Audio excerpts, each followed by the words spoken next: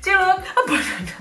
Questa volta prepariamo insieme qualcosa di davvero speciale, visto che nel 2011 e 2017 CNN lo ha incoronato come il miglior piatto del mondo nella sua CNN's World's 50 Best Foods List. È un piatto milanese, ma amato da tutti gli indonesiani ed è sempre preparato per le occasioni speciali. Prepariamo insieme il rendang.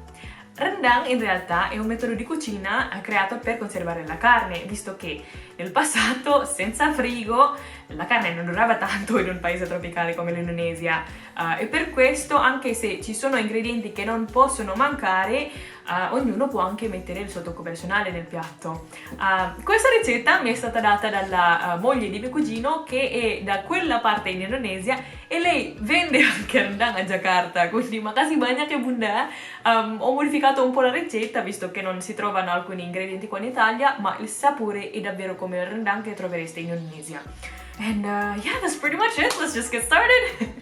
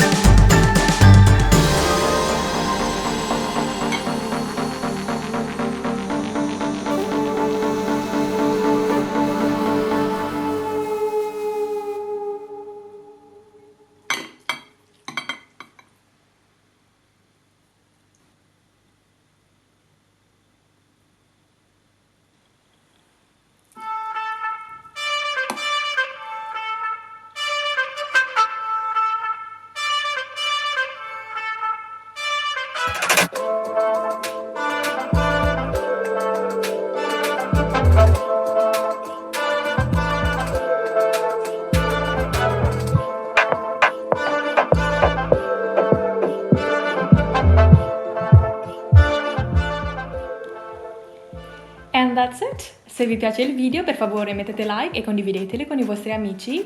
E se siete interessati ad altre ricette indonesiane o asiatiche, non dimenticate di iscrivervi al canale.